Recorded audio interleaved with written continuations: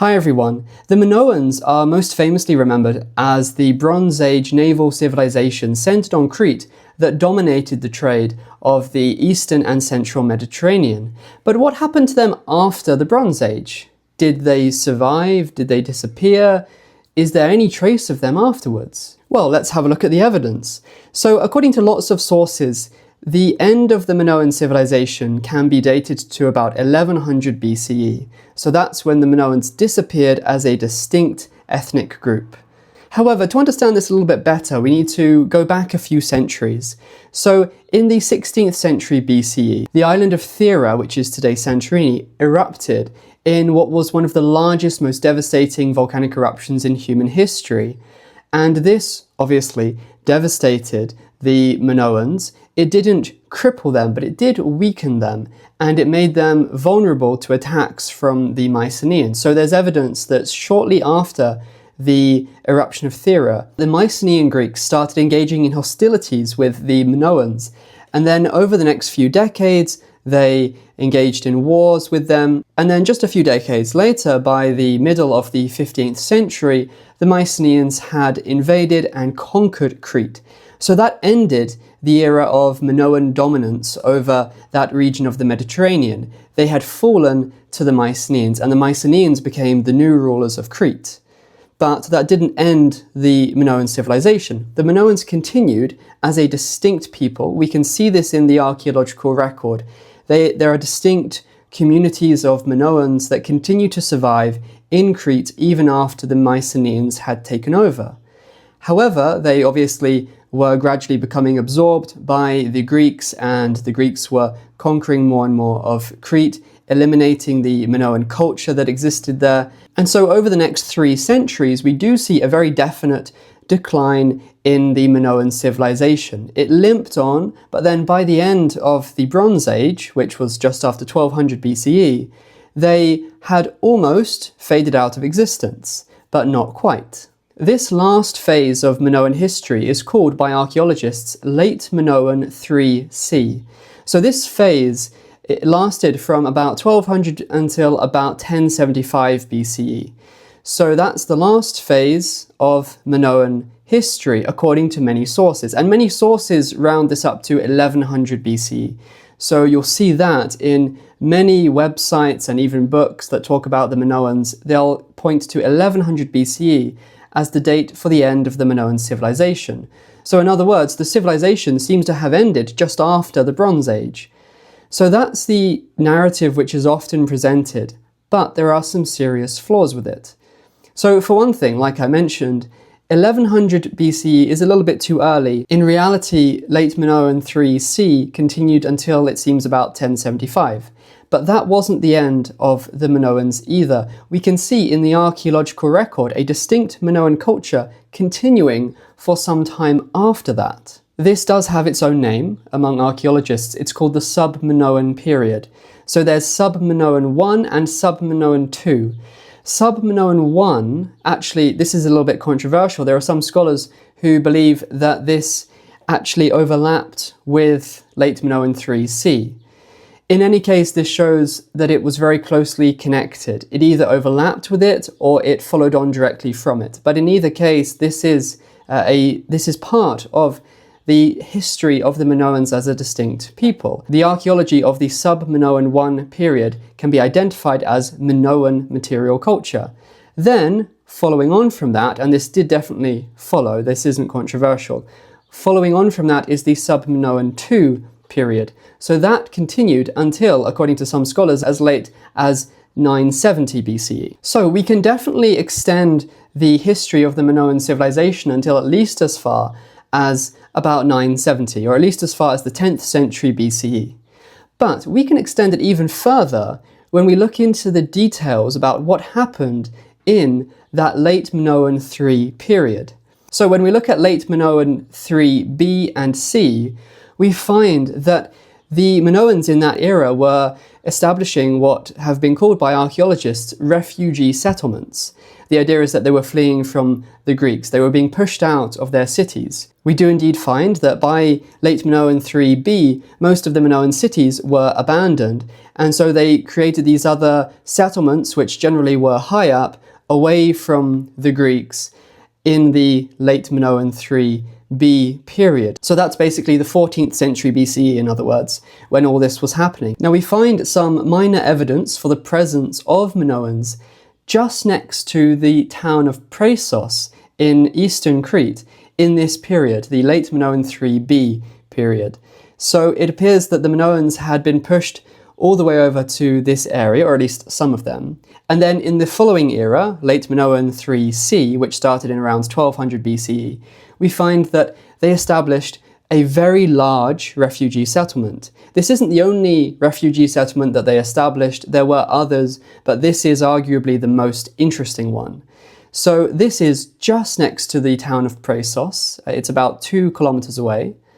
And this is very interesting for the following reason. So when we look into this refugee settlement, it's very clear that it was created by the Minoans. There's clear evidence of Minoan tombs and Minoan architecture in this area, in this settlement. So it was definitely a Minoan refugee settlement. But interestingly, this continued until about 900 BCE. Now, if you remember, I said that the sub-Minoan period ended in about 970 BCE. So that was the end of sub-Minoan II. But this settlement, which is clearly a settlement established by Minoans, didn't become uninhabited until 900 BCE. So that means that the distinct Minoan material culture, the archaeological traces of the Minoans as a distinct identity, a distinct ethnic culture, ended in about 970 BCE. However, the settlement established by the Minoans, this particular settlement in any case, continued for about 70 years after that. So even after the distinct Minoan material culture in the archaeological record ceases to exist, the settlement of Minoans continued to be inhabited for decades afterwards.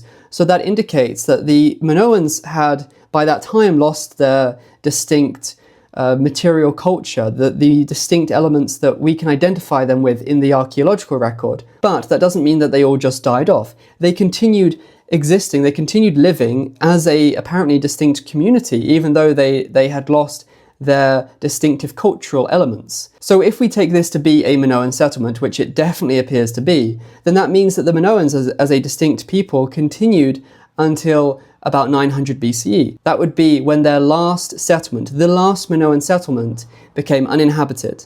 However, it's not that simple either.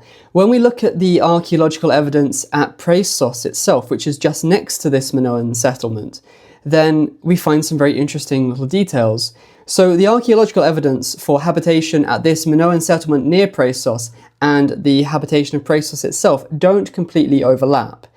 However, the gap isn't too far apart either, so this could be explained as simply a gap in our archaeological knowledge, or they could have gone somewhere else nearby and then gone to Praesos. But in any case, what we find at Praesos itself, which was inhabited shortly after the end of the habitation of this Minoan refugee settlement, is that there are 3 inscriptions which have been found written in a non-Greek language. Now, the inscriptions are written with the Greek alphabet, but not in the Greek language. It's actually because of the fact that they're written in the Greek alphabet that we can have such certainty about the fact that they're not written in Greek. Because we can read them, we can read the letters, we can read the words, but we don't know what they say. So we know that they're not Greek. These inscriptions aren't Greek. In fact, scholars generally believe that this language doesn't match any known Indo-European language or any language known to scholars at all. So it appears to be what's called a language isolate. But it's interesting that the same thing is believed regarding the Minoan language. So the language of the Minoans was written in Linear A, which is also not undeciphered yet, unfortunately. So this also is generally considered to be a language isolate, the language of the Minoans. So it's interesting that on the same island, Crete, we have in the Bronze Age the Minoan language, a language isolate, unrelated to Greek, unrelated to any other language. Then in the Iron Age, we have another attested language isolate, again, not Greek, not related to any other language, and it comes from the same area in which the Minoans were last seen, in Praesos, just next to the last Minoan settlement. Isn't that interesting? Is that just a coincidence? Well, when we look at more evidence, we see that actually there's good reason to believe that this language was in fact the language of the Minoans, and that the inhabitants of Praesos were in fact the descendants of the Minoans. So in Homer's Odyssey, which was written in the 7th century BCE, which by the way is about the same time as when one of these three inscriptions from Praesos was written, we find a description of Crete. And Homer describes Crete as being inhabited by several different people, and one of them are the Eteocretans. That's their name, the Eteocretans, which interestingly means true Cretans. But unfortunately, Homer doesn't give us any more information about them. However, later on, Strabo, the geographer from the 1st century BCE, he describes Crete and he mentions the Eteocretans as well. And he specifically says that they were associated with Praesos, this island in eastern Crete.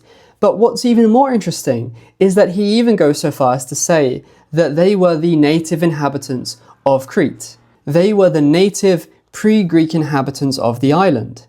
So let's just stop and take a moment to think about what we've seen so far. So we've seen that the Minoans continued to exist as a distinct community in at least one area in eastern Crete, just next to Praesos, until at least as late as 900. Then shortly after, the city of Praesos itself was established, just next to where the Minoans were last seen. Then, by about 600 BCE, at Praesos we find evidence that there was a non-Greek language being spoken there, just like how the Minoans wrote a non-Greek language, a language isolate. Then we have evidence that this city, this area, Praesos, was specifically associated with a group of people called the Eteocretans, the true Cretans. Then we have evidence, or rather we have testimony that they were the pre-Greek, the native inhabitants of the island, and historically we know that that would match the Minoans. So when we take all of this evidence together, it seems very, very likely that the Eteocretans were the descendants of the Minoans. In other words, the answer to the question, what happened to the Minoans, is that they became the Eteocretans.